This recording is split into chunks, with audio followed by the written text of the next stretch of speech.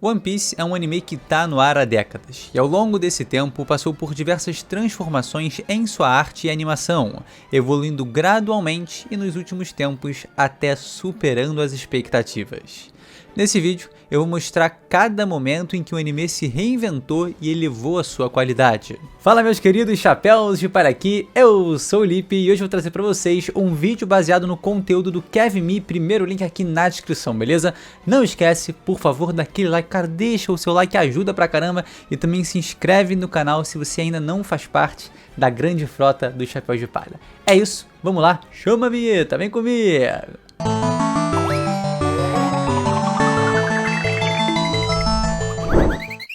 Antes da Toei Animation adaptar One Piece para TV, o primeiro estúdio a animá-lo foi a Production ID. E isso é meio curioso porque a Production ID é a empresa mãe do monstruoso Wit Studio. Em uma entrevista, George Wada, CEO da Wit Studio, comentou que foi justamente por causa dessa conexão que o novo projeto The One Piece se tornou possível. Mas para a gente chegar até ele, a gente tem que ir do começo. Antes mesmo do anime de One Piece começar, a Production ID lançou essa versão maravilhosa dele. O Oda ajudou a criar muitos dos designs dos personagens, mas foi Hisashi Kagawa quem teve liberdade para finalizar os designs para essa animação. E há algumas mudanças sutis que ele fez.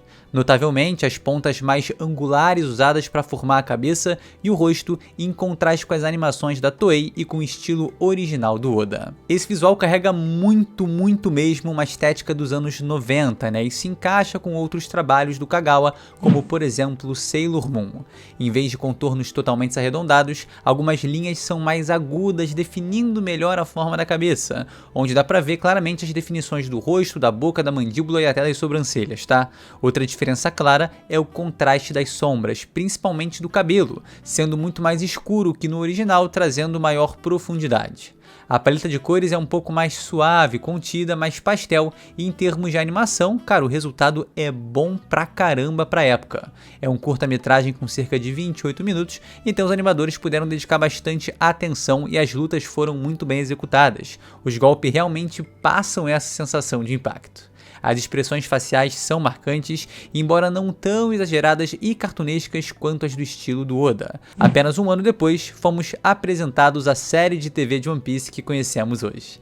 E claro, com mais de 1000 episódios, era inevitável que houvesse atualizações na arte e na animação. Há pelo menos 4 grandes momentos de mudança que vamos cobrir no vídeo. Primeiro, o início de One Piece, depois a transição para o digital e também para o HD, em seguida a reformulação dos designs dos personagens e por fim o redesenho completo em um ano, o que eu gosto de chamar de o despertar de One Piece. O estilo de arte da primeira fase segue mais de perto o material original do mangá e se afasta mais do OVA, ou OVA, né, como você quiser chamar. Todos os designs de personagem foram feitos por Nobuhiro Koizumi e são mais simples, com uma paleta de cores mais vibrante e também mais saturada, e é o que a gente costuma falar que é muito One Piece, né? No começo, a animação não tinha nada de especialmente impressionante em termos técnicos. Em cenas com muito diálogo, One Piece costumava usar animações bem tranquilas. Mas como você já sabe, em shounens, a qualidade da animação varia bastante, principalmente quando a porradaria começa a cantar. Como eles lançavam um episódio por semana, eles precisavam desacelerar o ritmo, né, dar uma acalmada ali para permitir que o mangá avançasse. E por causa da quantidade absurda de episódios, os animadores não conseguiram manter ali um alto nível de animação o tempo todo e o começo acabou sendo um pouco arrastado de fato, porque, né, o mangá tinha sido lançado recentemente, estava chegando ali o negócio e falando, opa, segura a peteca. Por isso, o esforço maior ficava concentrado em cenas importantes, geralmente lutas ou momentos emocionais. No início de One Piece a gente tem muito disso, né? Como também em toda a sua sequência. E One Piece se manteve nessa pegada específica por um bom tempo, até entrar na era digital.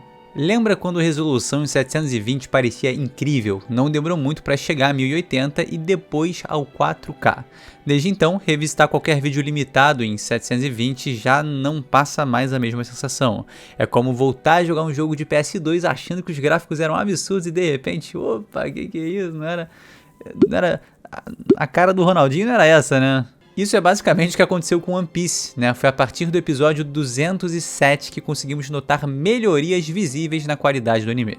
Esse foi o momento em que a série passou para alta definição, mudando do formato 4x3 para 16x9. No caso, saiu da TV de tubo ali, né, para uma TV tela plana, bonita, sensacional. Além disso, houve a transição para a animação digital. Mesmo assim, o estilo artístico e os designs dos personagens permaneceram relativamente os mesmos. Claro, há pequenos aprimoramentos nos personagens. As linhas ficaram mais escuras para destacá-los melhor nos cenários, mas o que mais chama a atenção é a melhoria nas roupas e acessórios. As texturas ficaram mais definidas e as cores menos apagadas. O chapéu de palha do Luffy, por exemplo, passou a ter fios visíveis, pequenas imperfeições e costuras dando mais realismo. Antes da transição para HD, ele era bem mais limpo e simples, né? Agora ficou bem melhor. Quando a gente chega em Enies Lobby, bate aquela surpresa agradável de opa, pera, isso aqui evoluiu. Outro exemplo bom são as 3 espadas do Zoro que parecem mais sólidas e tridimensionais, enquanto antes pareciam planas e, cara, completamente sem vida, né? Somado a tudo isso, os cenários também melhoraram bastante, elevando a qualidade geral da série. As linhas ficaram mais nítidas e definidas, revelando detalhes que antes ficavam escondidos na escuridão. De vez em quando, o Oda nos presenciava com panorâmicas incríveis de novas ilhas no mangá, criando cenas que prendem o leitor e despertam curiosidade sobre aquele local. A transição para o HD ajudou o anime a transmitir sensações semelhantes às que os leitores tinham ao ler o mangá. Mesmo assim, a indústria do anime continua evoluindo, especialmente nos anos 2000, quando muitos estúdios começaram a experimentar estilos diferentes. Mas isso não aconteceu de uma vez só para One Piece. Foi um processo gradual ao longo de vários e vários anos, até por ser um anime de lançamento semanal e não por temporada. Foram cerca de 5 anos após a transição para o digital que One Piece começou a ficar para trás em relação aos padrões da indústria. Então, durante o arco de Thriller Bark, toma! Um novo designer de personagem foi trazido para trabalhar ao lado de Noboru Koizumi. Simplesmente Kazuya Hisada, um monstro sagrado abençoado. Ele é uma verdadeira lenda na área e antes de seu trabalho extensivo em One Piece, contribuiu demais para a franquia Dragon Ball. Ele trabalhou como diretor de animação e animador-chave em vários projetos da franquia. Mais de 30 episódios de Dragon Ball Z, mais de 15 de GT. Além disso, ele também refinou e corrigiu diversos designs de personagem feitos por outros artistas da franquia. Durante Thriller Bark, seu estilo ficou bem evidente e, pelo amor de Deus, é coisa linda demais, realmente uma evolução aí, claro, em One Piece, né? Mas não foram apenas os designs que mudaram nesse arco. A animação também passou por alterações, porque a Toei queria destacar novos animadores talentosos, além de valorizar animadores veteranos que vinham aprimorando suas habilidades. Naoto Shishida é um animador cujo estilo provavelmente você reconhece se assiste One Piece. É o mago por trás dessas cenas lendárias. Ele usa uma animação mais elástica e estilo rubber band, muito presente em várias cenas icônicas. Ele também, cara, tem um uso bem característico de ângulos de câmera para tornar as cenas mais dinâmicas. Em uma cena do Sanji atacando o Orso, por exemplo, dá para ver claramente aquele balanço clássico ali, expressão na força do impacto. Coisa linda, né? Coisa refinada.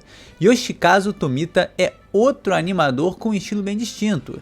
Ele usa muitos brilhos e sombras para criar contraste, fazendo os personagens parecerem mais luminosos e refletivos, como nessa cena aí, que parece que eles estão, cara, refletindo como se fossem bolhas, esponjas, sei lá. Após um arco depois, Kazuya Hisada assumiu um papel ainda mais importante como novo designer de personagem de One Piece, substituindo completamente Noboru Koizumi. Ele redesenhou alguns dos chapéus de palha e as diferenças são perceptíveis. Mãos e pés ficaram mais proporcionais ao corpo. O topo do chapéu do Luffy ficou maior e mais arredondado, menos rígido. O nariz ficou mais circular e as pernas um pouco mais finas para combinar melhor com as mãos e pés menores. Dá para passar bastante tempo apontando essas diferenças, comparando imagens, mas elas nem sempre são tão óbvias assim durante a exibição casual do anime. Eu achei excelente, mas, pra ser bem sincero, sabia que eu sinto uma falta do Luffy com as mãos e os pés grandões? Tinha um estilo ali, tinha uma característica, sei lá, que me marcou muito pra One Piece. Enfim, quando a série chegou ao time skip de 2 anos, finalmente tivemos designs completamente novos para todos os chapéus de palha. Em termos de animação, muitos animadores importantes das fases anteriores continuaram contribuindo. A animação e os designs pós-time skip permaneceram relativamente os mesmos por cerca de 9 anos. Aí, mano, foi se estendendo ali, rolando uma preguiça, uma empurrada com a barriga, tava tranquilo, suave, tava indo, não inovaram nada, ficou estagnado no tempo, até que a Toei falou, cara, isso aqui, né, Dressrosa aqui, não sei direito, vamos modernizar a série novamente, atualizando o visual para agradar tanto os fãs antigos, quanto para aquisição de novos fãs. E depois de alguns anos aí sofridos, né, venha monstro, chegamos ao país de Wano. Tal como Monkey D. Luffy, esse foi o ponto em que One Piece atingiu o ápice, um nível completamente diferente de arte e animação. Como eu disse no começo, o despertar da série. Com o uso de novas tecnologias, a série passou a ter câmeras mais dinâmicas, movimentos mais fluidos e uma gradação de cores muito superior. Tatsuya Nagamine assumiu como novo diretor. Sua habilidade de dirigir cenas de ação intensas e conduzir narrativas emocionais o tornou a escolha natural, especialmente após o enorme sucesso de Dragon Ball Super Broly. Uma das mudanças mais imediatas é o novo estilo de arte em Wano. Os desenhos são mais dinâmicos e expressivos, as sombras e texturas são mais enfatizadas com rachuras, e a paleta de cores é muito mais vibrante e saturada, com efeitos de iluminação mais suaves. O visual geral tem uma forte vibração tradicional japonesa, combinando perfeitamente com o cenário de Wano. Isso também beneficiou o design dos personagens. Masayuki Sato foi trazido como novo designer de personagens, trazendo então um toque fresco ao visual. Em cenas mais intensas e com closes, o nível de detalhe é muito maior. Contornos mais escuros fazem os personagens se destacarem ainda mais, as roupas têm mais textura e a qualidade geral dos designs deu um salto enorme. A animação em Wano também evoluiu drasticamente, isso aqui é insano.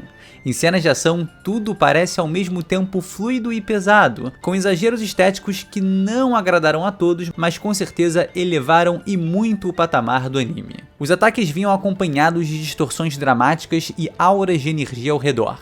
E sendo justo, como leitor fiel do mangá, eu realmente aprecio que o anime adapte dessa forma. Eu sei que algumas vezes pode ter ficado muito poluído e tudo mais, também concordo, mas assim, a indústria hoje pede um pouco isso, a gente sabe. O espectador hoje pede um pouco isso. Rob Lucci versus Luffy, cara, em Egghead é o mais absoluto cinema. As lutas têm cenas expandidas e a forma como eles traduzem esses painéis de cenas conectadas e adicionam conteúdo original também é algo sem dúvida admirável. Se compararmos, por exemplo, Zoro versus King no mangá e no anime, no mangá a luta se resolve ali em alguns painéis e tudo mais, enquanto no anime, meu irmão, esquece aquilo ali que eles fizeram, é uma loucura total. Cara, é muito mais elaborada, extrapolada, eu acho que seria a palavra mais assertiva aqui, rola uma perdição de linha legal, e é isso aí, pô. É isso mesmo, tá ligado? Tá rolando ali em outra mídia, tem todo o apelo visual e sonoro, então manda ver. Quer o original? Faz como eu, bora ler o mangá. Mas claro que nem tudo são flores no anime de One Piece, mas a gente tá focando na evolução aqui, e isso é cinema. Se você assistir frame a frame, encontra pequenos detalhes escondidos, segredos ocultos ali que, cara, você vendo não vai nem perceber, mas quando para no detalhe, se surpreende. Em um ataque do King, né, a gente pode ver que ele aparece em diferentes fases da vida, criança, adolescente e adulto. Uma coisa que nem dá pra notar assistindo pela primeira vez, mas tá ali. Na verdade, não dá pra notar nem assistindo, tem que pausar mesmo. Esse tipo de narrativa visual não existe no mangá, óbvio, e o anime tem mesmo que explorar e aproveitar. O uso de frames de impacto é algo único e poderoso pra caramba, então One Piece tem apostado mais nisso e tem dado muito certo. Muitos desses frames, no entanto, funcionam quase como uma espécie de fanservice. Um exemplo é a luta entre Garp e Aokiji, que, pelo amor de Deus, é espetacular. Com os dois colidindo ali, cara, olha isso. Olha que evolução, olha que espetáculo à parte. Ai, mas o episódio em que a York é revelada como traidora não teve tanto impacto. Ah, vai comer banana, rapaz. Pô, tá com o bucho cheio aí. Vai ficar reclamando o quê?